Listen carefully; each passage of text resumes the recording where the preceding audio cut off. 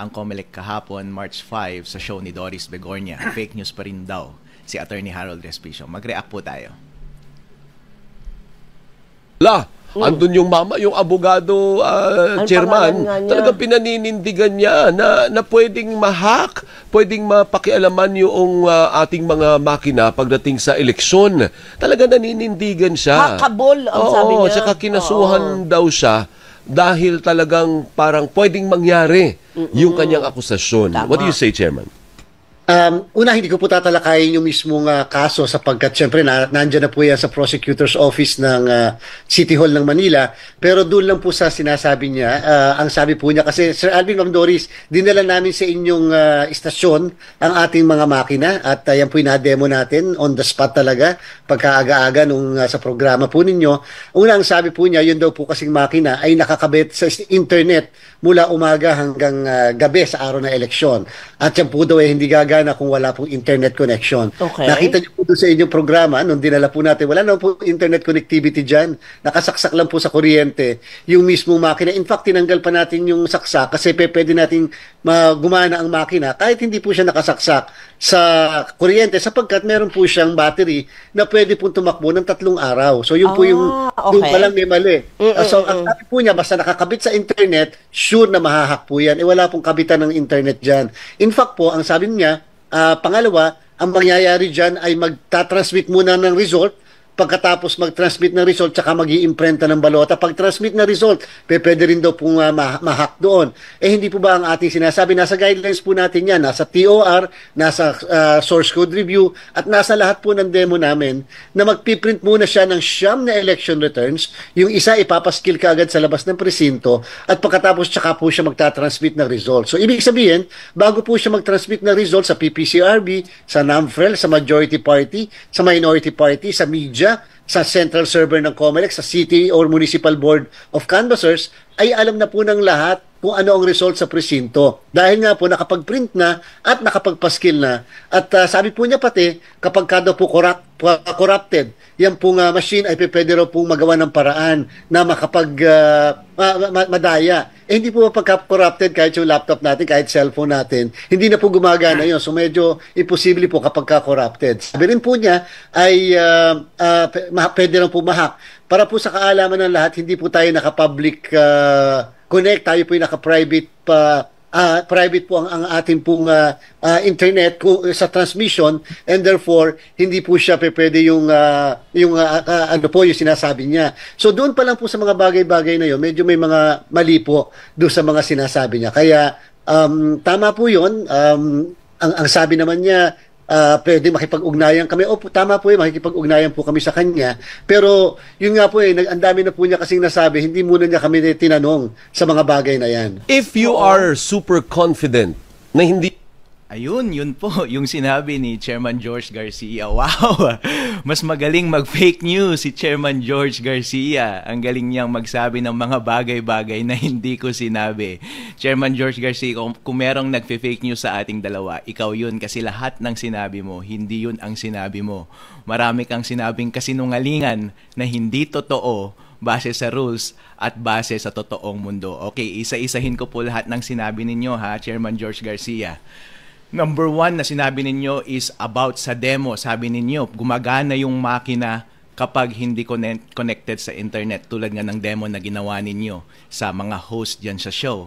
Hindi naman yun ang point ko, Chairman George Garcia. As a matter of fact, ang explicit instruction nyo po ba, di ba, sa mga COMELEC officers, kapag demo lang, bawal talagang i-connect sa internet yung automated counting machines. Kasi kapag i-connect mo yun at magta-transmit ka ng data, yung server na pagtra-transmitan niya ay yung COMELEC server na. Hindi natin alam kung on na yun or kung on na, malamang production server na yun. Bawal mo nang padalhan ng demo data yung production data, bawal mong padalhan. Kaya sa demo purposes talaga, kahit sa totoong buhay, wag mo dapat ipadala yung totoong data sa production servers. Kaya magandang policy during demo na hindi connected sa internet yung mga voting machines. Kaso nga lang, on election day, connected ba sila sa internet? Ang sagot po dyan, Chairman George, hindi mo sinabi, ang sagot dyan ay totoo.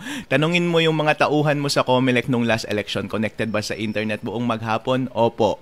this election, pwede ba natin i-expect na mag-connected siya sa internet during election day? Yes! Kasi nga naman, doon sa reels ninyo, walang explicit na nakalagay doon na sinasabi na i-disconnect mo muna at saka mo lang i-connect kapag magta-transmit na ng data sa mga servers ng COMELEC. At tinanong ko rin yung mga COMELEC officials, given this handbook or rules ng COMELEC ngayon about sa paghawak ng voting machines, sa tingin mo ba dapat mong i-disconnect? Sa tingin mo ba connected buong araw yung voting machine sa internet on election day? Sabi nila, oo, kasi wala namang instruction sa akin na tanggalin yung internet connection dun sa voting machine on election day. Kasi as a matter of fact, days before ng botohan, merong troubleshooting na ginagawa. Lahat, including ng internet connection, ay itetest. Iko-connect mo na kaagad siya sa machine at kapag okay na yung pasok niya sa internet, ibig sabihin, wala ka nang gagalawin sa machine. Ililigpit mo yung machine, wag mong gagalawin. Pagdating ng election day, i-on mo na lang yung machine. Wala ka nang gagalawin dun sa internet connection. So, ang point ko dun is, pwede mong i-deduce talaga na connected siya sa internet throughout the day. Ang point ko dun is, dapat maging explicit sa rules natin na on the day of elections, dapat may instruction doon sa rules ninyo, Annex B ng COMELEC Resolution 11098 na nagsasabi doon na on election day, i-disconnect mo muna sa internet yung automated counting machine at i-connect mo lang siya after printing ng election returns. Yun lang po ang point ko, COMELEC Chairman. Kasi kapag hindi mo ginawa yun, kahit tanungin mo lahat ng mga teacher ngayon na nagbabantay ng mga presinto natin, hindi naman nila alam about sa IT Hindi nila alam masyado tong issue na to. Siyempre, kung walang instruction, hindi nila gagawin.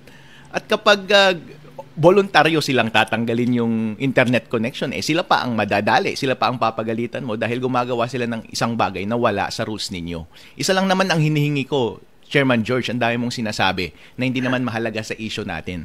Bakit ayaw mong i-disconnect sa internet yung automated counting machine bago at habang nagpiprint ng election return? Okay, yun po yung unang punto ninyo.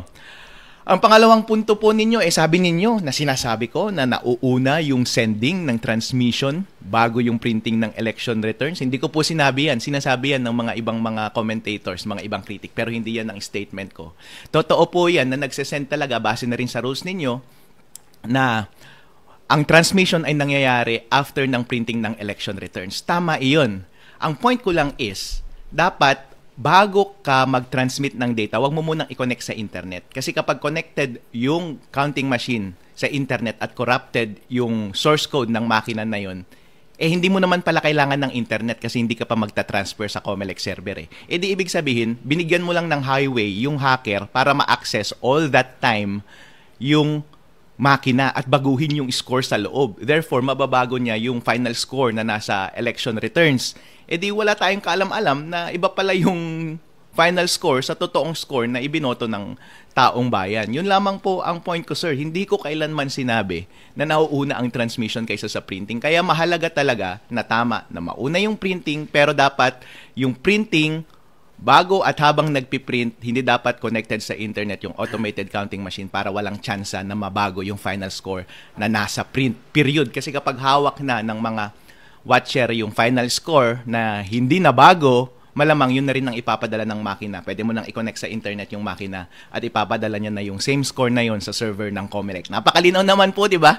Para ganun po ang yun po ang point ko. Okay, sa pangatlong point ninyo, sir, about sa corruption, halata talagang wala kayong alam sa computer. Ang sinasabi ninyo, ang lahat ng corrupted na gadget ay hindi gumagana. No, sir. Kasi ang akala mo kasi kapag sinabing corrupted yung laptop or corrupted yung cellphone or corrupted yung USB mo, hindi gumagana, di ba? Yun ang alam natin na corrupted. Pero maraming level ng corruption. Ibig sabihin lang ng corruption is hindi buo ang integridad ng source code or gumagawa siya ng isang bagay na hindi dapat niya ginagawa. Hindi ibig sabihin na hindi niya na totally pinapagana yung bagay na iyon.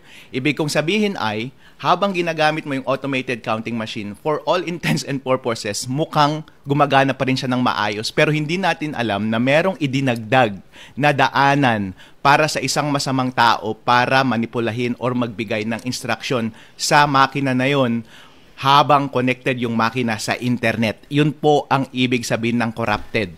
Kaya po doon sa nung January nga, merong merong demo na pinakita sa Senate, di ba? Yung cellphone gumagalaw kahit hindi mo ginagalaw dahil na-access siya remotely. Yung cellphone na yun, gumagana pa rin, hindi ba? Pero corrupted yung cellphone na yun kasi merong gumagawa siya ng isang bagay na hindi dapat niya ginagawa. Kasi kapag hindi hinahack yung cellphone na yun, gumagana naman siya, hindi mo alam na may nagbabantay na pala sa'yo. Akala mo, ang safe na safe ka. Corrupted siya kasi kapag gusto pala ng hacker at connected sa network, yung cellphone na yun, pwede niyang galawin yung cellphone na yun. At nakikita mo nga, ginagalaw yung cellphone na yun. Kaya nga po, kapag basta ang isang makina ay corrupt, ay gumagawa ng isang bagay na hindi dapat niya ginagawa, kahit hindi pa niya ginagawa yung masamang bagay na yun, pwede mong sabihin na corrupted. Chairman George Garcia, ikaw ang fake news. Halatang wala kang alam sa mga bagay na to. Mas maganda siguro na mag-imbita ka ng IT expert at magdebate kami. Okay, kasi ang ginagawa mo, strawman fallacies lahat to kasi nungalingan lahat, nagsasabi ka ng bagay-bagay na hindi totoo sa totoong buhay, hindi totoo sa rules, at hindi totoong sinabi ko. Okay, yung last point is yung private connection. Sabi mo, eto na naman, wala ka talagang alam sa internet, Chairman George Garcia. Yung private connection na tinutukoy mo, ang sinesecure niya lang yan ay network. Kung baga sa boxing, sa maraming katawan, pwede kang suntukin. Pero pwede mong protektahan yung katawan mo, pwede mong protektahan yung ulo mo, pwede kang gumamit ng helmet. Pero hindi ibig sabihin na gumamit ka ng helmet ay hindi ka na mamamatay or hindi ka na pwedeng bugbugin. Kasi pwede ka pa rin bugbugin sa ibang parte ng katawan mo. Yung private connection, ang pinoprotektahan niya lang ay yung network habang nag-uusap yung automated counting machine at yung COMELEC server. Pero hindi yun yung point ko. Ang point ko ay iba. Yung mga suntok sa katawan ang point ko, hindi yung suntok sa ulo. Ang point ko is kahit safe yung network, kung bago ng election day or on the day of election ay corrupted na yung source code at merong daanan dun sa source code habang collected sa internet para sa isang hacker na mag-communicate doon sa makina na yon, ibig sabihin, pwede pa rin. Kahit nga private connection, actually dapat private connection ang gagamitin ng hacker kapag magbibigay siya ng instruction dun sa automated counting machines. Kasi maraming mga software service providers na ngayon na hindi na pumapayag kapag nagko-connect ang isang makina sa isang computer machine na hindi gamit ay private connection. Kasi best practice ngayon na sa buong mundo na bawal ka nang gumamit ng public connection. Dapat lahat private connection. Kaya wala nang kahit na sino mang developer ngayon na gumagamit ng public connection sa kahit na anong bagay. Pati nga kapag nag-i-internet ka, akala mo public connection yun, porket internet. Hindi, private connection yan. Kasi kapag titignan mo yung internet mo kapag nagbabrowse ka sa Google Chrome, ang nakalagay dan sa URL address, https:// Yung S, ibig sabihin yun yung encryption, hashed. Ang encryption, ibig sabihin, pagkalabas ng data sa computer mo, i-encrypt niya muna para habang dumadaan siya sa highway, sa internet, sa wifi, sa kable sa dagat, doon sa satellite ni Elon Musk, hanggang doon sa destinasyon niya na computer, halimbawa sa server ng website na ina-access niya, encrypted pa rin siya at madedecrypt lang siya pagdating doon sa website na yun para kahit na anong atake na mangyari habang nasa daanan siya, ang tawag doon ay man-in-the-middle attacks, ay hindi mo siya mahahack doon sa network na iyon.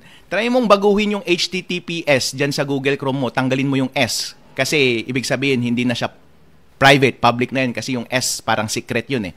So, pag tagalin mo yung S, ang lalabas sa Google Chrome, di ba, sasabihin niya, your network connection is not secure, do not proceed, di ba? Kasi wala na talagang gumagamit ng public connection ngayon. Yung private connection, basic yan sa lahat ng computer program. Actually, ina-expect ko yan dito sa automated counting machines. Pero, Sir, Chairman George Garcia, yung hacker, ang gagamitin niya din ay private connection. Kasi kapag gagawin yun, kapag ako yung pagagawin mo, private connection yun kasi hindi ko kayang gawin na mag-connect sa isang remote computer katulad ng ACM galing sa isang hacker server, galing sa labas using the internet.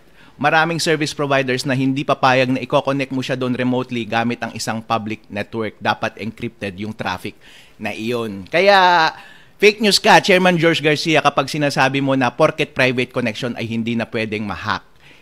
Hindi totoo yan. Pwede pa rin ma-hack kasi yung hacker mismo, private connection ang gagamitin niya para i-hack yan. May hack kasi corrupted yung source code at meron ng sariling daan yung source code para sa isang hacker na gawin yung dayaan at yung daanan na yon ay private connection. Alright? Chairman George Garcia, kapag ikaw ay nag-e-explain, akala mo alam mo lahat at pinapalabas mo na sinungaling ako at nagsasabi ka ng mga bagay-bagay na hindi totoo, na hindi ko naman sinabi, hindi totoo base sa mga rules, hindi totoo base sa totoong practice sa IT. Ikaw ang fake news, Chairman George Garcia, dapat ikaw ang kinakasuhan eh. Magandang araw po sa inyong lahat. Ito po si Attorney Harold Respicio. Magandang araw.